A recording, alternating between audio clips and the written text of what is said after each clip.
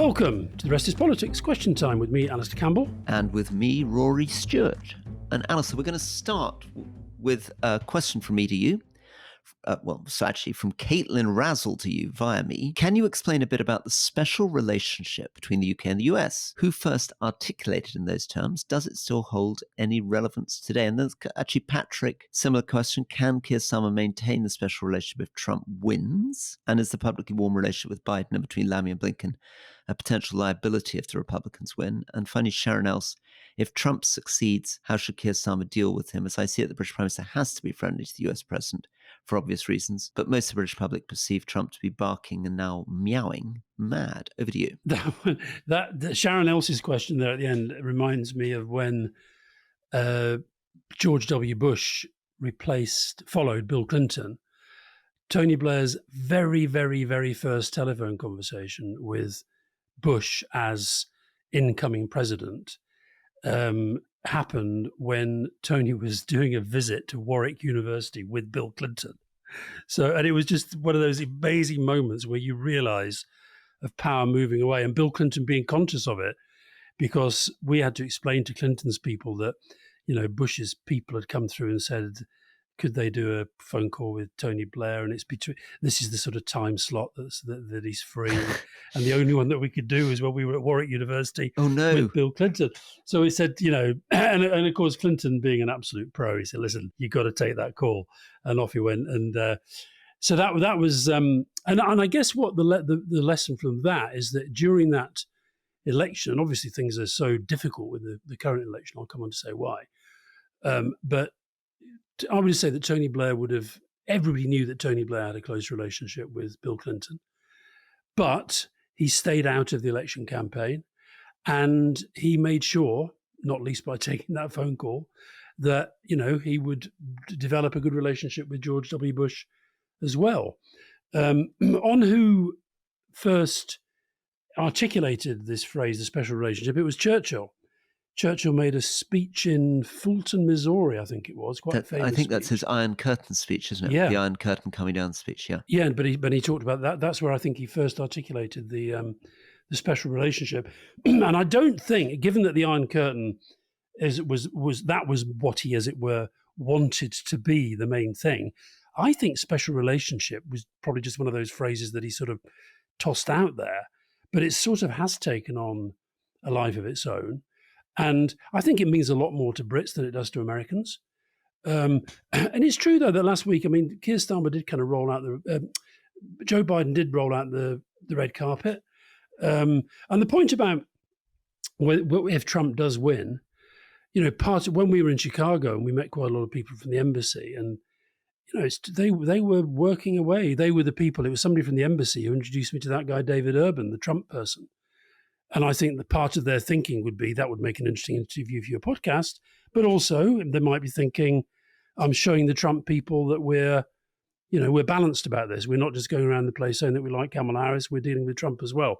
So if Trump does become president, God forbid, I'm sure Keir Starmer will put in place people and try himself to make sure there is as positive a relationship as possible. It's fascinating, just in terms of communication language, how extraordinary Churchill was at producing these phrases. That single speech, after he was no longer prime minister, generated the phrase, the Iron Curtain, and the special relationship. Yeah. I also discovered he'd produced the phrase in the House of Commons from the cradle to the grave as a way of talking about the NHS, etc. Yeah. The thing that you notice, so being in the US, I'm talking to you now from Yale, and we've got, obviously, as you can imagine, at our school here, a huge variety of students from around the world. And I noticed in one of our classes that an Israeli believed that the US special relationship was Israel, a Canadian believed it was with Canada, and we've also had the French believe that the US has a special relationship with them going back deeply in history to do with their cooperation in the revolution, the Japanese, etc. So the US is quite profligate with its use of the phrase special relationship diplomatically as it goes around the world.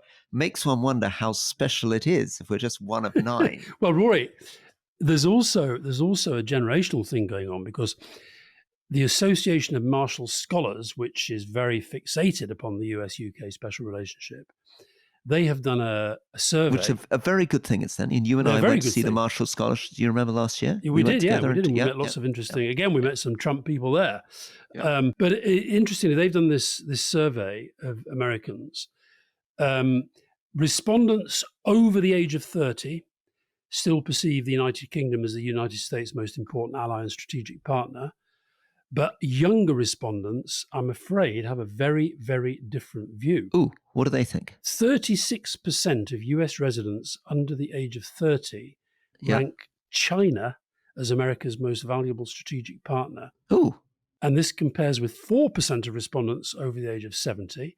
27% of the young ones see the UK as the most important, whereas it's more than double that for those over 70. So that suggests there's a bit of a generational divide going on there. Well, but also fascinating, because given that there's cross-party bipartisan support for a confrontational policy towards China. Exactly.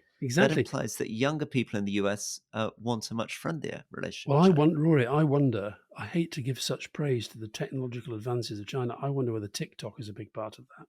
Because the thing that most young people associate with China is not Taiwan, and it's not tariffs, and it's not all the sort of big stuff that we talk about. It's TikTok.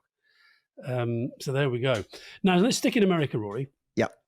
Seb Landsman, can you tell us what is going on with the New York mayor, Eric Adams, and his team? Do we know why his chief counsel stepped down? It's not just his chief counsel, by the way. He seems to be facing a lot of scrutiny, but where does this all originate? Well, so this, like a lot of US corruption scandals, is complicated by many different factors. I mean, his friends will say that Eric Adams, who is the very, very colorful mayor of New York, just keeps unfortunate company and maybe has a failure of judgment. So he was very close, for example, to a Rolls-Royce driving bishop that's just been put in prison for fraud. He appointed as one of his top aides a friend who'd been implicated in corruption. High-ranking officials in his administration, their homes have been raided. His own telephones have been taken away. He's just lost the New York police commissioner, who's just resigned, and probably resigned in connection with the fact that somebody who ran a cafe in Brooklyn has claimed that one of the aides in City Hall said that if he paid a bribe to the police commissioner's twin brother, all his problems would go away. And as you say, the chief lawyer has also gone. I mean, it's something we touch on a little bit, but we don't talk about maybe enough, which is how strange American city politics is. I mean, in so many ways, America sort of leads the world, but when people are being sort of talking about how shocked they are about Trump facing felony charges, you know, I'm here in Connecticut talking to you, right next to the city of Bridgeport, and the mayor of Bridgeport faced 16 counts of racketeering, extortion, bribery, tax, all of which he was convicted on. Spent nearly 10 years in prison, came out again, stood again for election, tried to rig the election, and was successfully re-elected in 2015 and 2019. Yeah. So and part of this, sadly, is sometimes the Democratic Party machines. I mean, once the police union's behind you, once the Democratic Party machine's behind you, once the church leaders are behind you from African-American churches sometimes, you have a pretty powerful voting bloc. Final thing, just in case people are interested in this, the best film on this is this amazing film, Street Fight, about Cory Booker running in Newark against Sharp James before Sharp James was put in prison for corruption charges. But I don't know. I mean, Eric Adams's followers would say I'm being unfair here, and that this is slanders from his opponent. Well, you're not the only one. You're not the only one being unfair. If you are being unfair, because I mean, Eric Adams he's quite a big figure. Mayor of New York, a big name in the Democrat Party, and I think that I don't know if you remember, or in fact you may have left. I can't remember. Do you remember at Chicago at the convention there was that big CNN sort of Oh yeah, party house yeah, thing. yeah. Which we somehow managed to get an We invitation to. inveigled Yeah, our way yeah, in most yeah, days. yeah, yeah, And yeah. you'd left Chicago, Rory, and I was about to do an interview with that guy, David Urban, the Trump guy. And there was a sort of little gaggle of journalists hanging around, and they were obviously waiting for somebody. So we said, you're waiting for? They were waiting for Eric Adams. Oh, we said, what's he done? He says, oh, well, we've just heard he's not got a speaking slot. So along he comes, looking quite cool. He had his shades on, and he's a couple of bodyguards around him, what have you. And they were sort of firing questions at him, and he just sort of went through them. But I wonder whether the reason he didn't have a speaking slot was because all this stuff was sort of bubbling away. And I was reading a thing on Politico, which just listed all of the different people. I mean, the headline was Eric Adams' shady inner circle comes back to bite him. And it's just a list of all the people that he's hired, including people who've got all sorts of records before he hired them. So I think the lesson of this story is, be very, very careful who you hire when you're in a big public job. He's got a couple of great lines. He's got one of his strap lines during the campaign was, I think, "I'm dyslexic. I was arrested. I was rejected. Now I'm elected." And then he's got then he's got another one that he runs at the moment, which he says, "I'm perfectly." If people question him about these dodgy associates, he says, "I'm perfectly imperfect, and this is a city made up of perfectly imperfect people." I think that's better than the first one. Marginally. Now, what about this, Roy? Delia Dunlop. What is the significance of Turkey deciding to join the Brics? That's Brazil, Russia, India, China, and South Africa. What does it mean for his accession into the EU? And what does this say about multipolarism more broadly? Well, can I quickly just give a little update on the explainer and then over to you on the analysis? Yeah. So Brics formed in 2006. Brazil, Russia, India, China, with South Africa joining in 2010.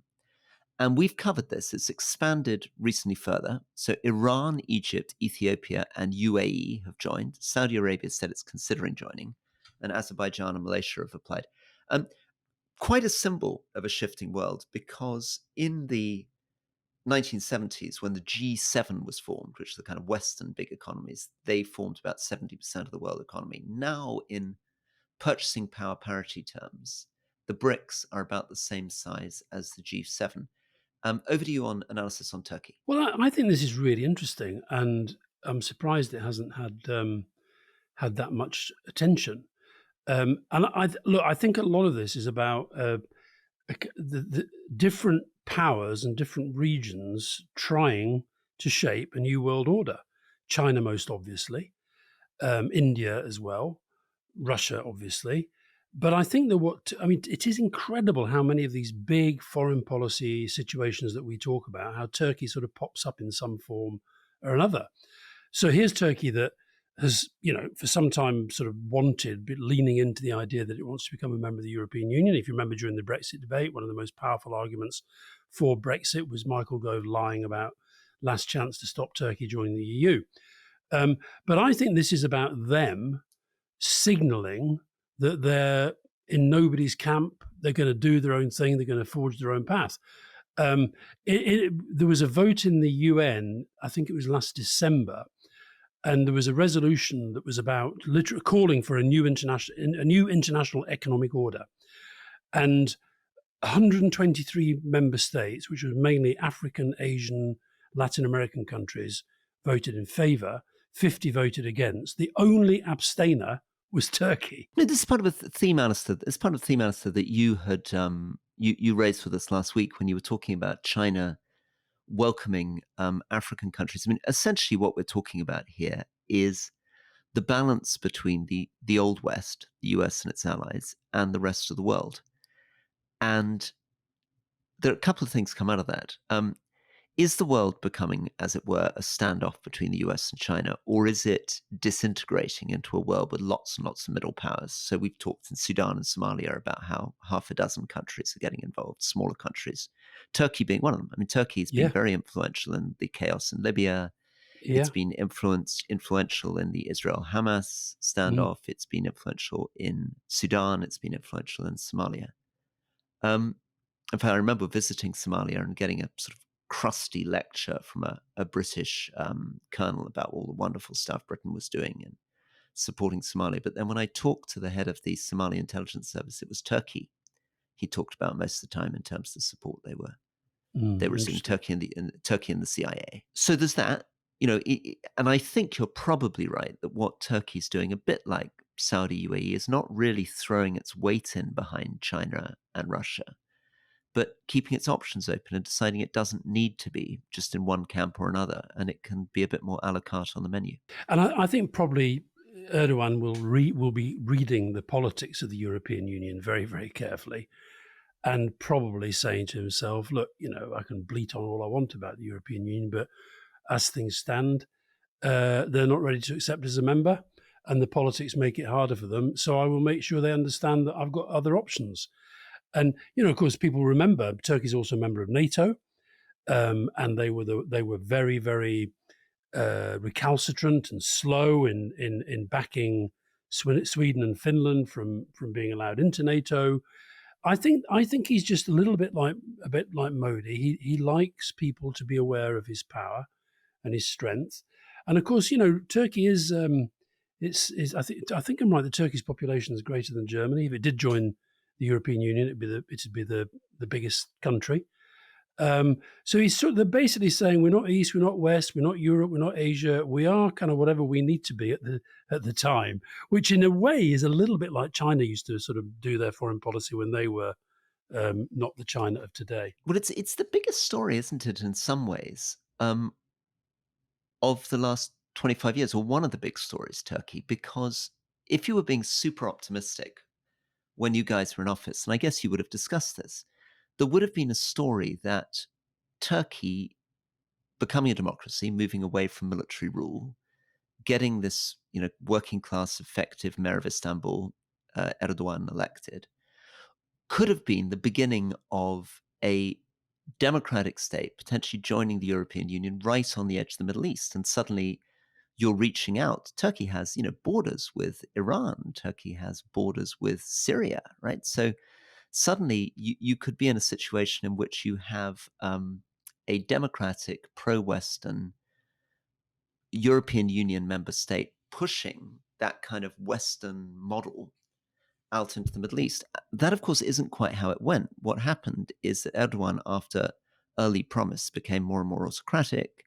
The European Union slightly turned against, and all those developments in the Middle East that people were looking for didn't really happen. But I think if we're telling the story of what happened to some of the dreams of the 90s and early 2000s, when we really thought Francis Fukuyama was right, history was ended, the whole world was going to follow a Western model, Turkey's a really interesting kind of case study of what didn't quite happen. Yeah, absolutely. Now, Rory, guess which subject we had the most questions on this week? And it's not the first time. It's long COVID, isn't it, Alastair? It is. A lot of people want us to do more on long COVID. Yeah, and I think we should. There's obviously something going on at the COVID inquiry that we're not aware of because there's just been very little coverage of it. Lots of people saying that the reporting on the COVID inquiry has just sort of gone away. Lots of people saying that long COVID is ruining lots of people's lives.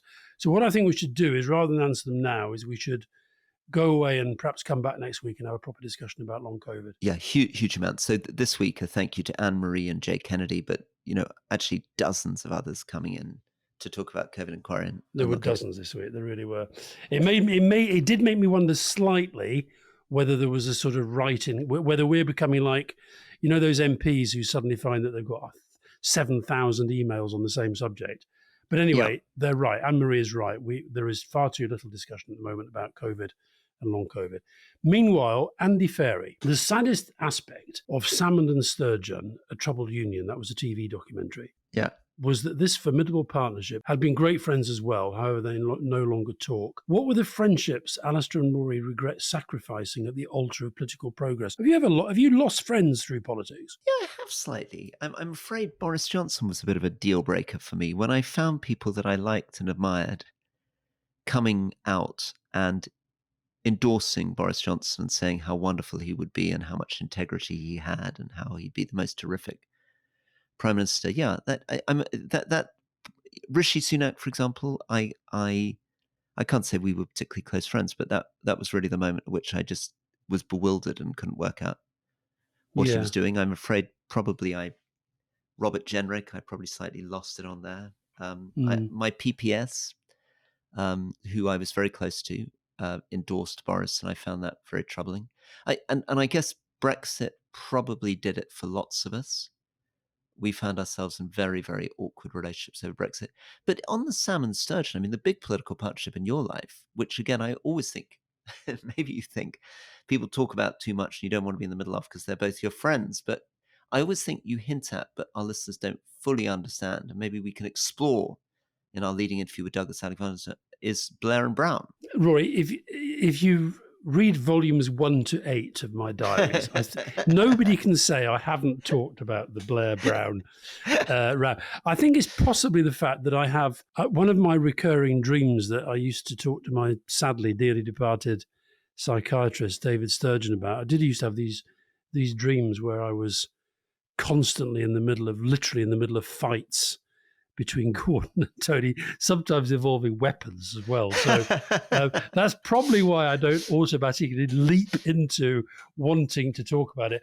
I've definitely lost. I don't think I've lost any really close friends. No, I don't think I've lost close friends. But then I've always been quite picky about my close friends. But I've definitely found.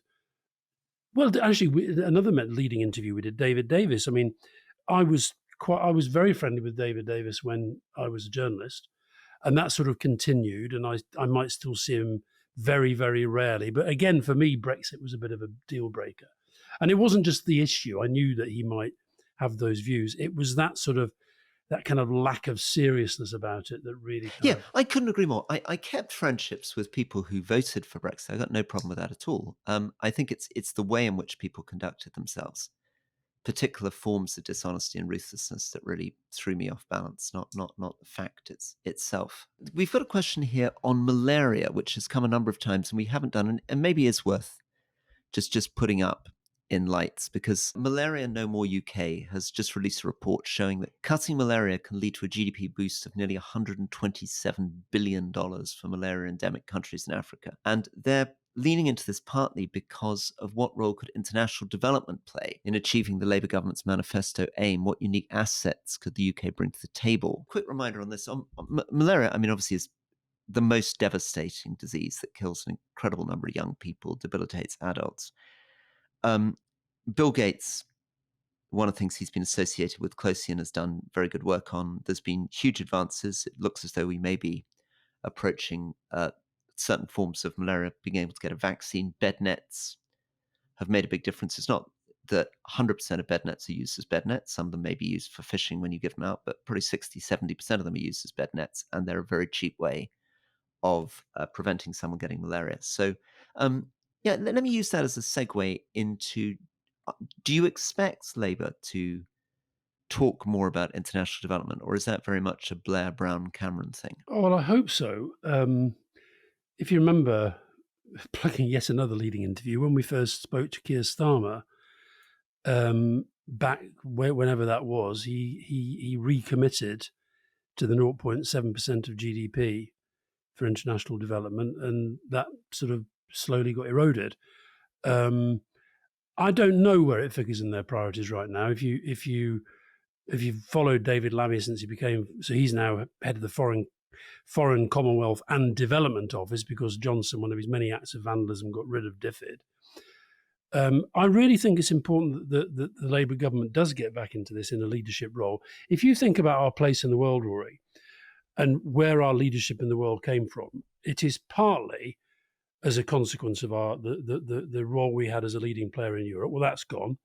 It's partly, to go back to the earlier question about a special relationship, because we do have a special relationship, but that's been eroded as well, because part of what the Americans saw as the importance of the special relationship was of us as something of a bridge into Europe. And then the third thing was DFID and our role in development. So those sort of three big things that I think gave us a bit of kind of extra clout in the world, they've all been diminished.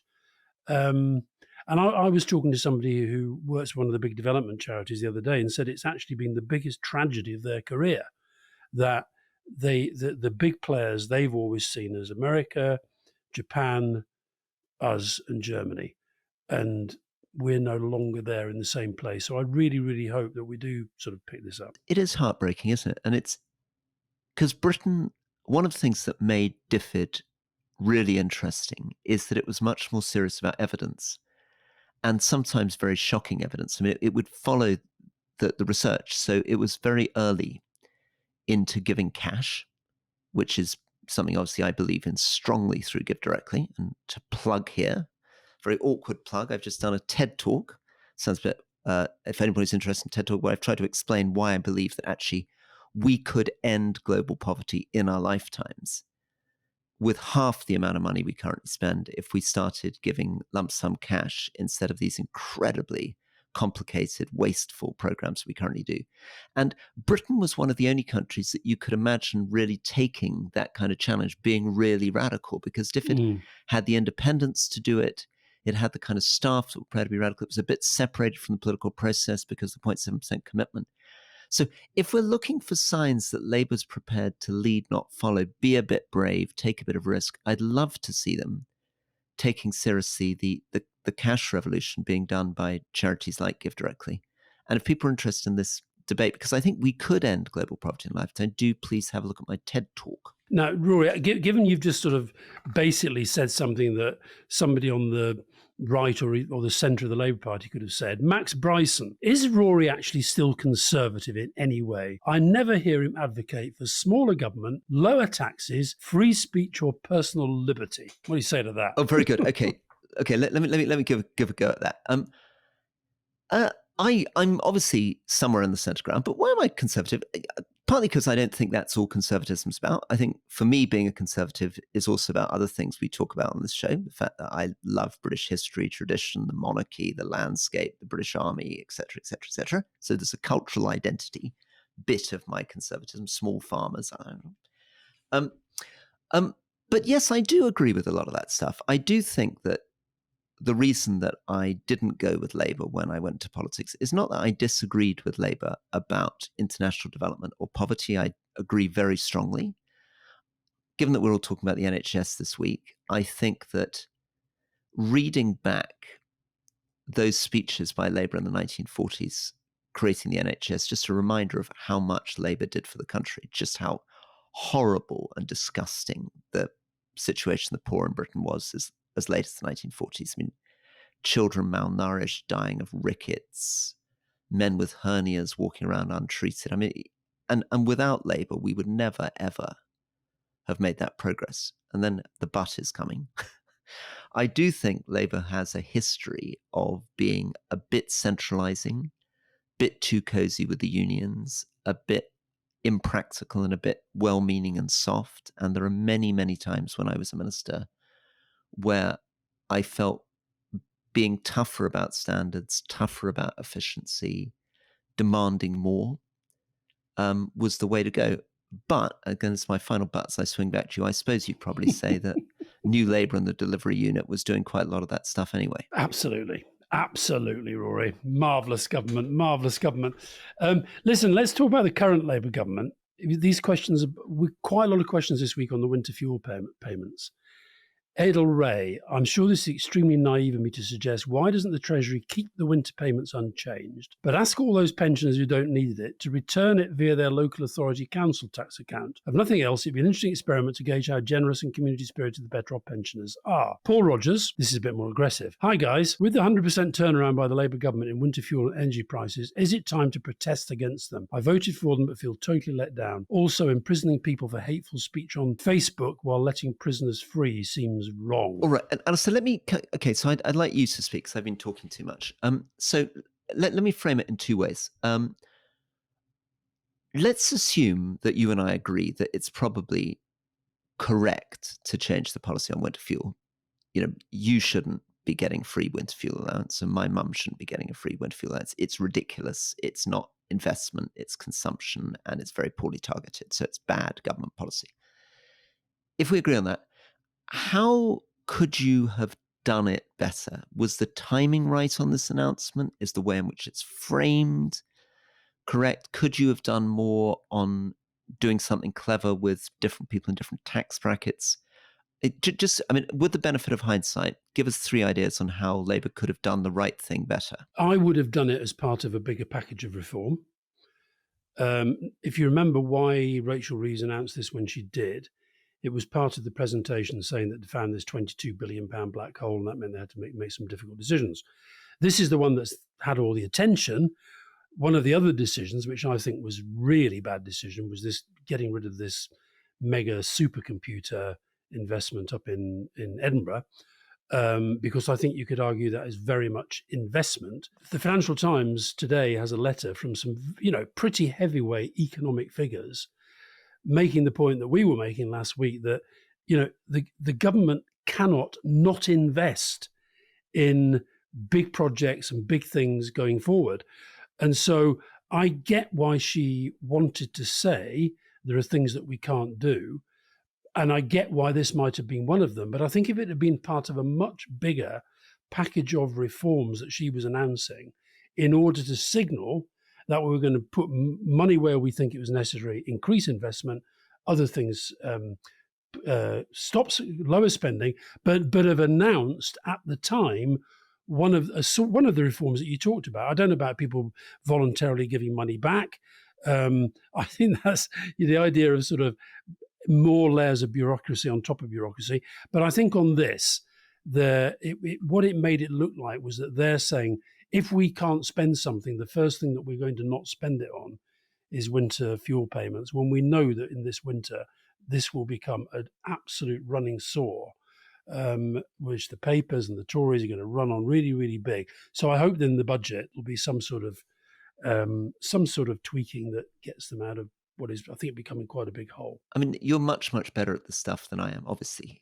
But even I think, would have thought it was politics 101, that you put the whole thing together. So you say, we're doing something nasty and cutting here, but we're making some really exciting, fantastic, positive investment somewhere else. So the whole thing's balanced. So you're giving the impression that you're prudent and careful with your money on the one hand, and you're exciting and imaginative and bold on the other. And I think they'll have to do that with NHS, won't they? I mean, they'll have to, if they're announcing big cuts to hospitals, because they're going to have to do that if they want to push investment through to GPs and community centres, then they're going to need some pretty dramatic, sparkly, positive things that are happening at the same time as the hospitals are cut, no? What these guys are arguing for, which is what I was arguing for in the podcast last week, is actually tweaking the fiscal rule insofar as it relates to debt and GDP, so that she can announce some major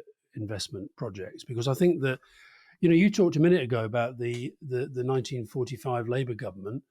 That's what they did. They borrowed to invest, and they made the investments pay off in terms of the long-term recovery of the country. And that's kind of, I feel, the state that we're in right now. Yeah, but it brings me back to, I mean, I'm sounding like a broken record here, but I'm just wondering, does Labour have in its back pocket some amazingly bold, exciting, secret plans which they've developed over the last 2-3 years, which they're just waiting to share with us?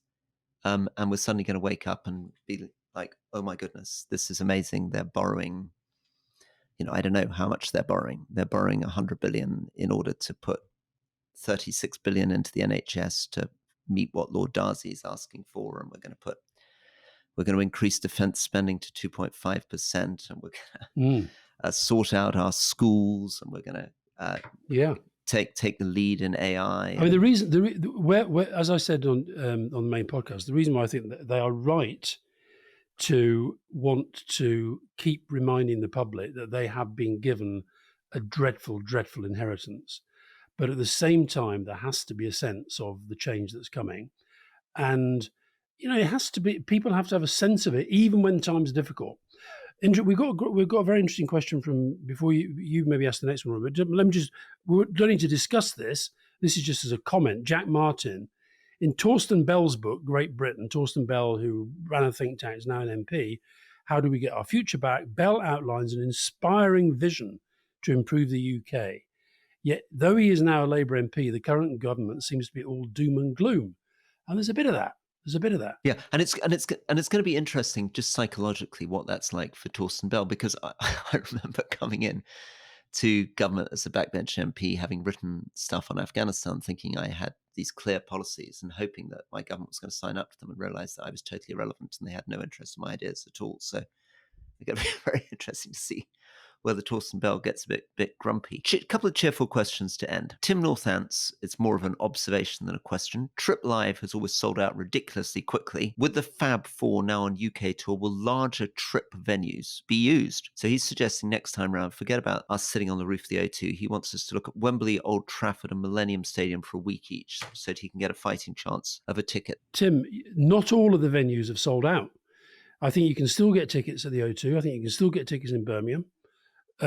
So check it out. Go on the website and be there. And also, I think that Old Trafford would be difficult. I think to sell 72,000 tickets would be quite difficult. I think that would be the moment at which we'd gone mad. I think if we started to try to sell 72,000 tickets, that would be the moment at which people actually had decided that the hubris would set in. So the O2, and by the way, when Tim talks about the Fab Four, that's because Scaramucci and Catty Kay are joining us at four of our appearances. Here's another one to end on, Rory. This is my fine one. Jeff Sell. You end your podcast with a friendly but fairly formal goodbye to each other. Is this really what happens, or do you hold a thorough post-mortem of the episode when the microphones are switched off? The answer is no, we do not. And I think both Rory and I, we're very good leavers. We're not leavers in the Brexit context, but we do like to sort of. You leave very quickly, Rory. You just... I do, and I'm about to do it because I'm about to go off and teach my class here at Yale. So yeah, what will happen is in about 30 seconds' time, I'll say, thank you very much, and then there'll be a squawk from the production team saying, leave your laptop open. We've not uploaded the file yet. And then you wait a sec. I often, when I come back 10 minutes later to see my file uploading, I can often find you still having cheerful chats. I'd be interested to know what happens in the 10 minutes of cheerful chats when I'm not there. It's usually a broader, bigger strategic discussion about whether the rest is politics, What's the strategy? Where is this all heading? Is that right? See you soon. All right, bye-bye.